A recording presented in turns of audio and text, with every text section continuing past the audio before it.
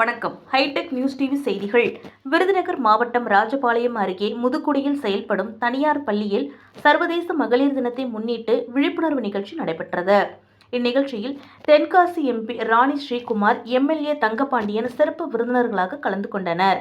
பள்ளி வளாகத்தில் நடைபெற்ற ராவா புக் ஆஃப் வேர்ல்ட் ரெக்கார்ட் நிகழ்ச்சியில் கல்லூரி மாணவிகள், மகளிர் காவலர்கள், செவிலியர்கள், செவிலியர் பயிற்சி பள்ளி மாணவிகள், மருத்துவர்கள், இல்லத்தரசிகள், பெற்றோர்கள், விளையாட்டு வீராங்கனைகள், பொறியாளர்கள், தொழில் முனைவோர்கள், சிறு தொழிலதிபர்கள் என பல்வேறு தரப்பை சேர்ந்த 1000 பெண்கள் கலந்து கொண்டனர்.